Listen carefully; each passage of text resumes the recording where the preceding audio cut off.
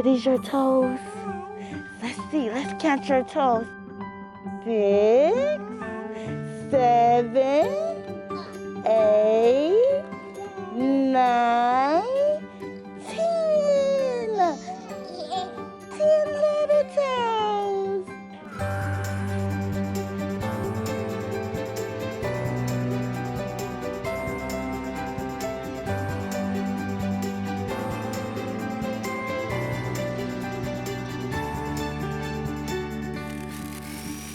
Today we're removing the engine from the car to replace it with batteries.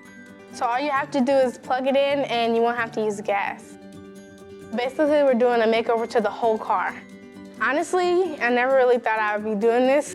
You don't see a lot of girls working on cars, but it's good to have the experience of building a car, an electrical car at that.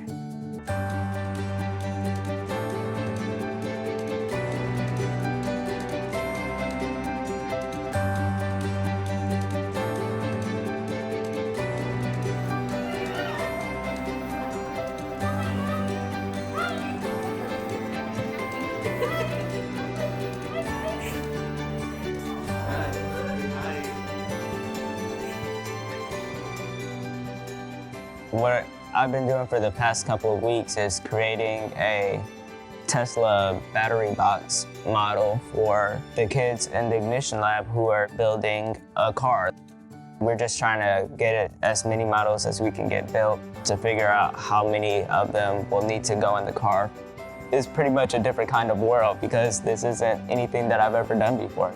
I've been at Operation Breakthrough for 15 years. The ability to make movies when I was younger. Check 1, 2, 3, 4, 5, 5, 4, 3, 2. And do robotics since 5th grade really prepared me for these types of projects that we do in the Ignition Lab. As Operation Breakthrough expands, for me to be able to expand the things that I'm able to do, I feel like that's always been a big part of why I continue to come.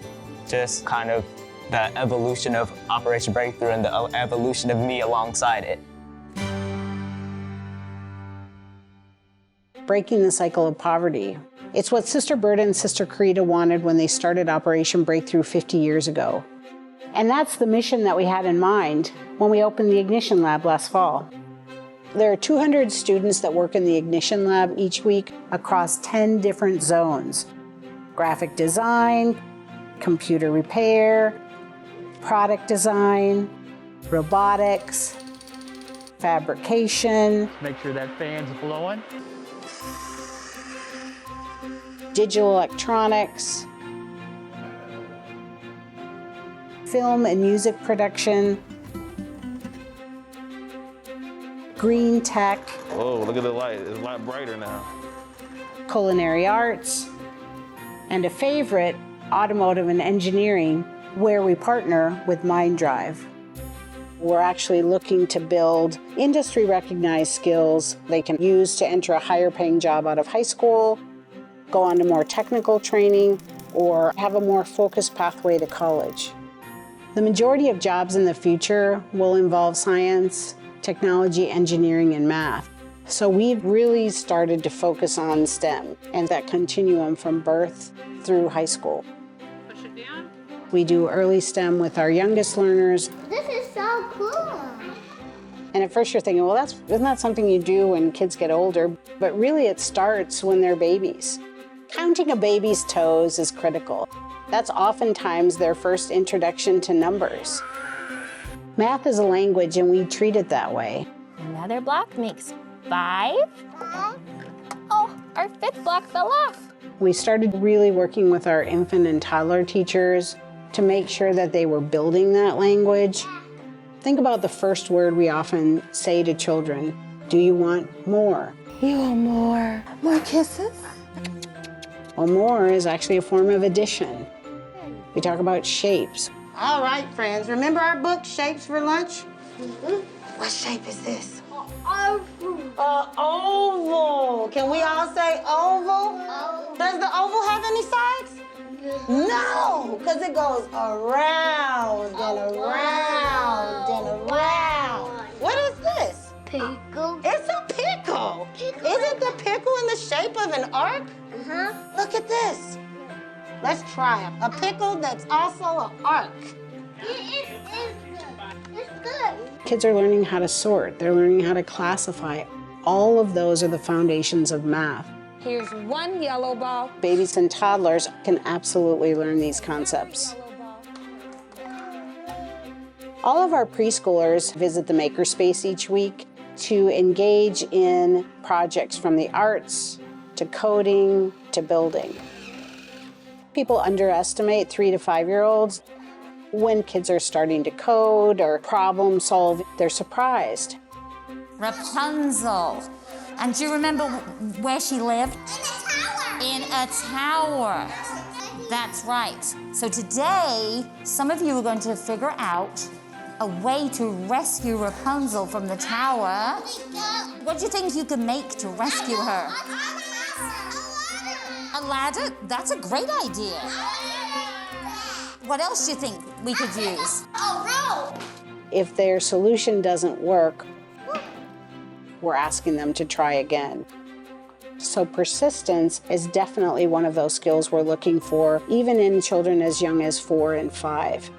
There's an opportunity gap in STEM for children of color and girls.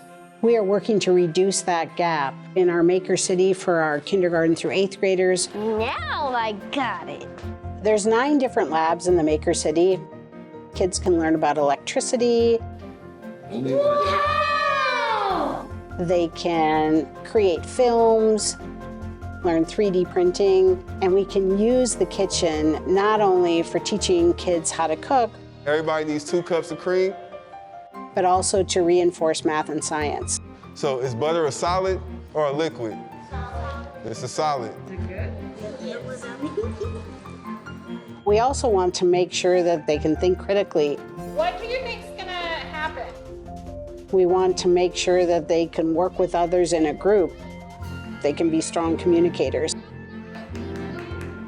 This is the solar system. This is Jupiter. Kind of looks like when you put something like coffee and you put the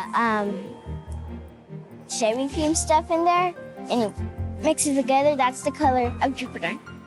And that's about the solar system. All of that learning used to come to a halt when kids turned 14 because we just didn't have the budget or the space to keep kids after 8th grade. Then our friend Travis Kelsey bought this old muffler shop, helped us with some fundraising, the community got on board, and here we are. That's the beginning of it right there, guys. The minute I walked in the door, I knew that the place was special. One thing that I did say when I first got here was, man, why is it only to 8th grade? You know, I really wanted to find a way to prolong that through high school to give these kids a safe haven and something positive to do towards their goals in life. Ooh, that's crispy. What Operation Breakthrough does is they give kids a structure, you know, something to live for, to live by. What other stage of life do you need that more than high school? Good morning, good morning. Twice a day, 5 days a week, Thank you, Kivante. Good morning. we send our own buses out to pick up students from Hogan and De La Salle high schools so they can do their coursework in the Ignition Lab. And our own teens come after school. I'm either auntie, mama, grandma. They are my babies. They have so much to give, and they just don't always realize it. You just want to take them home. See you later, superstar.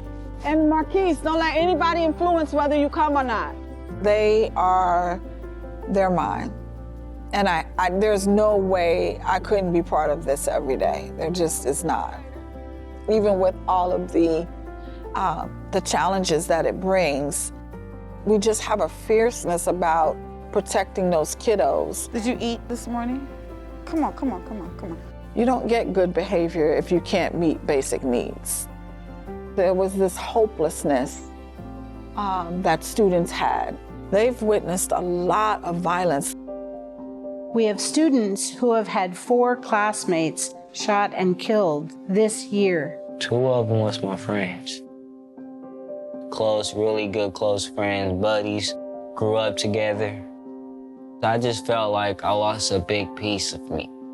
You can't be yourself and you really can't just be a little sweet. You gotta be a little more aggressive, because once they find out that you like soft, they gonna really start to pick on you. Then you gotta really start worrying about your life. High school kids can hide a lot of trauma, but if you take a minute to dig a little bit deeper, you can really start to see how much they carry day to day. So many of our kids have adult responsibilities. They're responsible for getting their siblings up, making sure they get on the bus, keeping the house clean. One of the students goes to his room when he goes home and comes back out when it's time to go to school. And I know that room only has a mattress in it. It would be so easy to quit, but look at the accomplishments. This is my product design. Look at that, amazing. His name is Inosuke Hashibira. Now I'm gonna show you the app that we use on the computers to code this into the machine to print this out. Let's go. These are my designs. I learned how to put his name like that in Japanese. I love doing this. Just printing out and making whatever you want. I've learned how to weld, program microchips. And I've learned how to use the laser cutter. And the programs that come with it. What I'm really looking forward to is finishing my capstone project. A record player that stores coasters, and on those coasters are going to be some of my favorite artists. Sam Smith, Demi Lovato, Justin Bieber. Some of them came out well. The others, I am changing the contrast on them so the image can pop out better. I didn't think I would learn all that in a few months. It makes me feel powerful. Operation Breakthrough has made a big impact on my life ever since I moved here. I came to Missouri because my biological mom lost custody of me and my siblings. At first, I didn't fit in Operation Breakthrough, and then now it just feels like I can't live without seeing the people that I see here. It's my go-to place. Our hope is that the Ignition Lab will fill a lot of gaps for kids, not only academic ones, but ones that really help form their futures. I take a therapy session here, and her name is Miss Keisha. I love her. She helps me with a lot of things, help me just the way I am, just how to become a better person and how to achieve the goals that I want to achieve. Miss Keisha or Miss LaShawna can't take away what your experiences or the traumas that have happened to you, right? But we can help you try to get through the moment. The goal is to give them skills to expand their choices, to know that they don't have to participate in drugs or promiscuous activity or drinking, that they can have good and they can do good in the world beyond what their life circumstances are. When we were researching the Ignition Lab, we realized that one of the biggest obstacles we were going to face is the need for some of our high school students to work, to be able to contribute to their family, because most of our families live on less than $12,000 a year. So we started the Opportunity Interns program that allows students to continue to work here and set and reach goals in exchange for a stipend. It's enough pocket money to afford your phone or to contribute at home if you need to. Best day of the year. All of the students participate in a financial literacy class. Live below your means. Thank you, Matthew. And this is hard because in order to do that, you have to begin to understand what you need versus what you want. Exactly.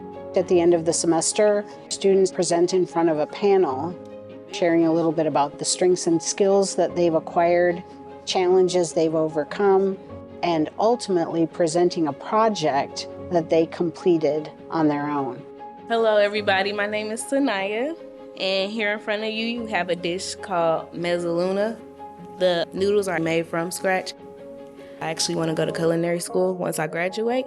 So this has been a super good experience for me to start learning now. Did you know it was gonna be good? Well, I'm super confident in myself, so I did just know, like I was like, it's gonna be good. Yeah, thank you. First, I made this, and the whole city is made out of shapes. It's my final logo right here. 3200 is the block I grew up on. Put my logo on different pieces. Do you feel like this experience covered a new passion for you? Yes, definitely. It also gave me a lot of skills that I really needed for my career path. It was hard at first, then I just got really good at it. Got really, really good at it, so I need to just stay on this path. You had a rough start to the school year with the deaths of your classmates and friends. You told me that it was making you grow up too fast. Can you talk about that? I just kind of saw too much and it kind of just put me ahead of my time. I'm still a kid, like I still got time left. I still got to figure out things. And so when I felt I was good at this, I just put my mind to it and I turned out, I love it.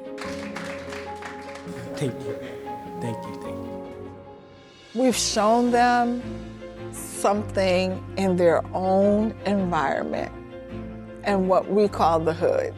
They actually have an oasis in the middle of the chaos that says, here's the exposure that is going to give you a leg up. This Operation Breakthrough, this Ignition Lab, this whole experience, I think it was a game changer for our urban core. Kids are increasing their skills, which increases their confidence. And the more confident I am, then I can't help but change my mindset. I can see different. I can learn different, which means I'll know different, which increases the likelihood that I'm going to do different. That becomes a generational thing. That's the power that this place has. I would call the Ignition Lab hope on steroids. It's working. I love doing this. Just feels like I'm dreaming. I'm ready.